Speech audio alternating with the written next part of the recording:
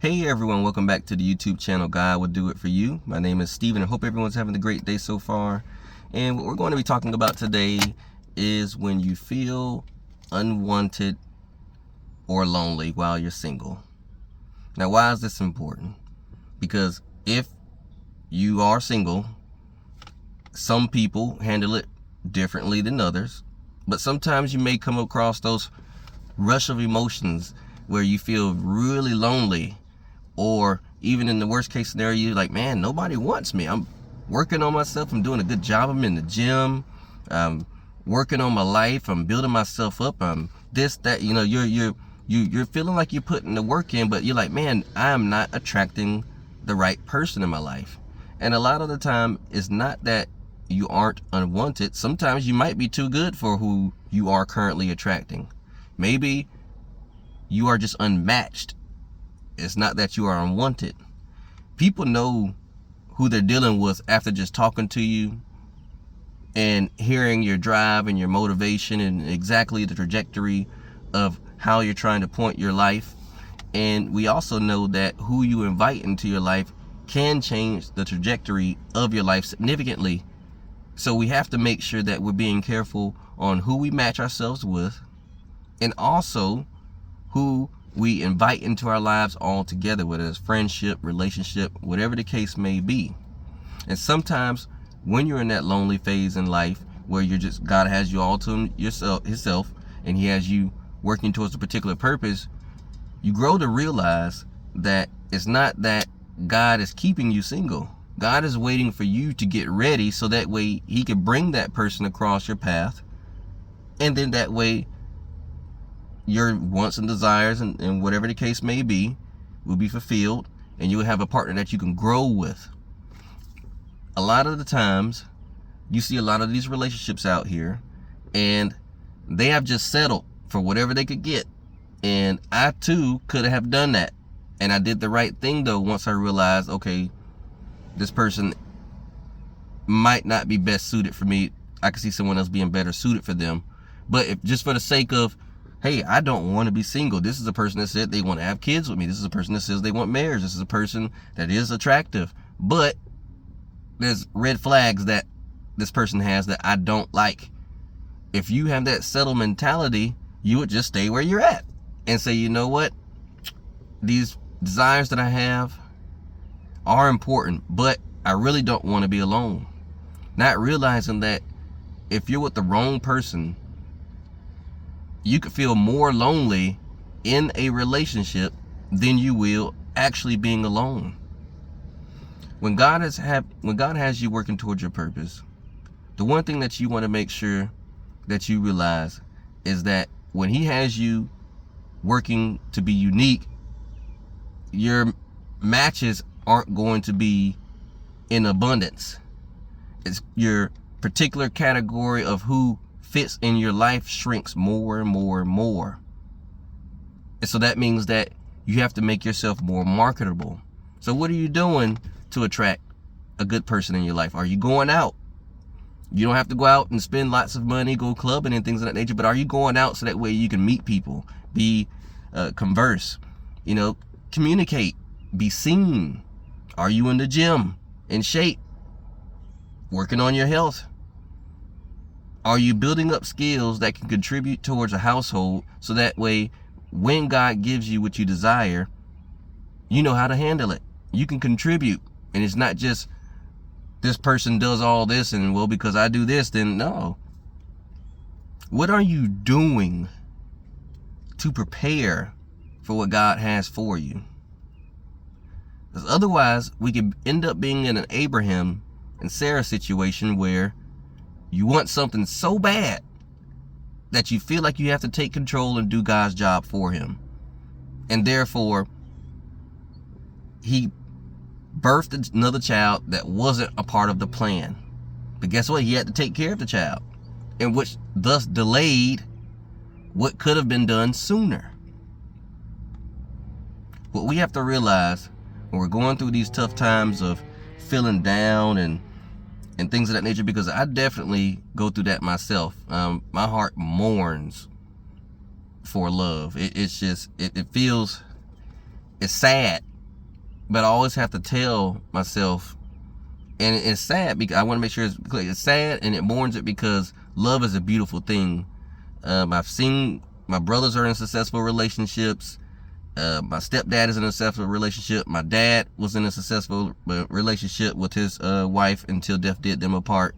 You know, so when you see it and you see the beauty of it and you even see the ups and downs of it and things of that nature, I want it. I want it all. And I know some people say, be careful what you ask for. Well, I've thought about it and I want it.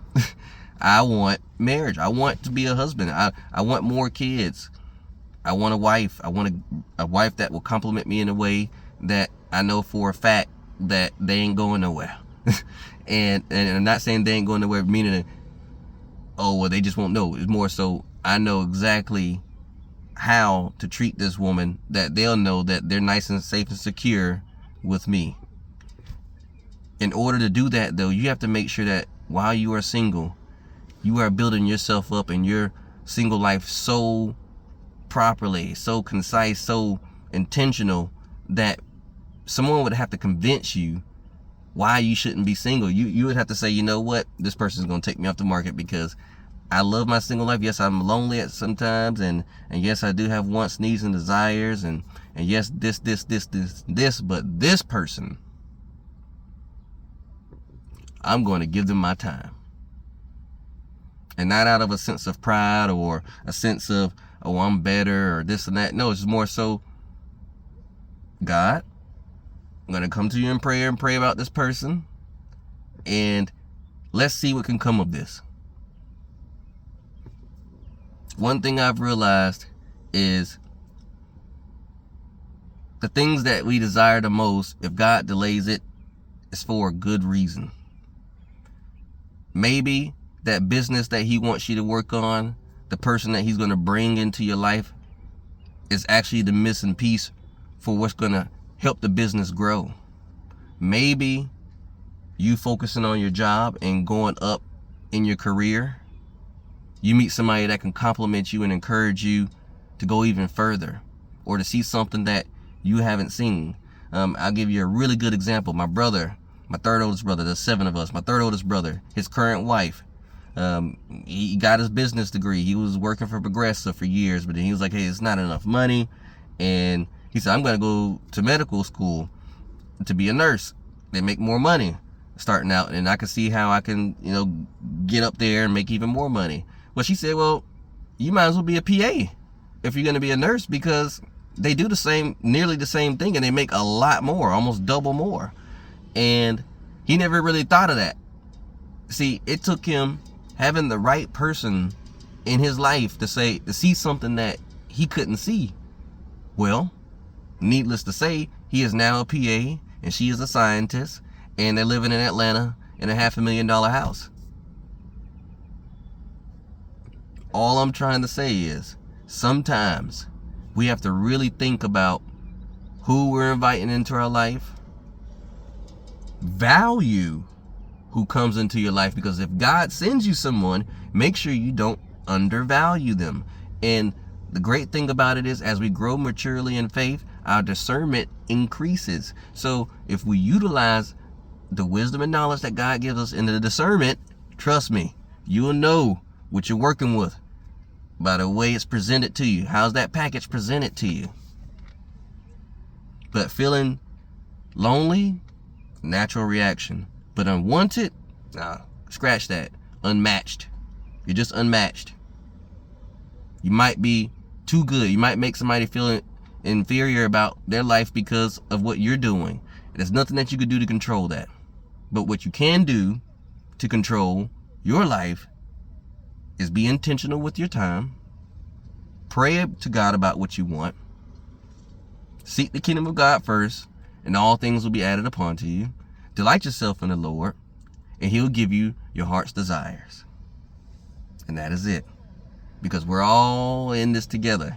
Whether you're single, married, whatever the case may be, whatever you choose, or whatever is just your current circumstance, we're all in this together. And yes, some people meet that person earlier in their 20s while they're in college and they have the kids and things of that nature. They have a different life path. And that's okay. Don't think that it's too late for you. And I know a lot of women, they're like, the clock is ticking, the clock is ticking, the clock is ticking.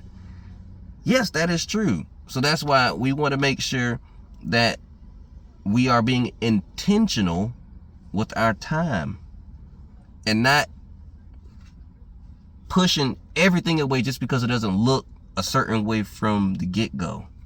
Because sometimes the best things are seen when you unwrap the package. So let's say you got a nice package and it's wrapped up nice.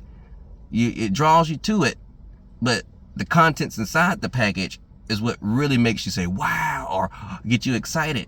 Well, you have to think about that with a person, a human being as well. Yeah, he or she may be in awesome physical shape. You're really physically attracted, but what's going to make you fall in love with that person and want to build a life with that person is by peeling back what's not seen on the outside and digging deep into that person's heart, their mind, and their soul, and really seeing who they truly are. And that's what's going to change the trajectory of your life when God feels it is time for you to have that person in your life. But otherwise, stay strong, stay encouraged, know that you are loved, you are wanted. Just be patient. So if you feel like this video has been a blessing, definitely like, share, subscribe. I would love to have you a part of the channel. Otherwise, have a great weekend. Have a great weekend. Enjoy this nice weather. Happy Easter this coming Sunday. Enjoy yourself. Stay safe. And until next time.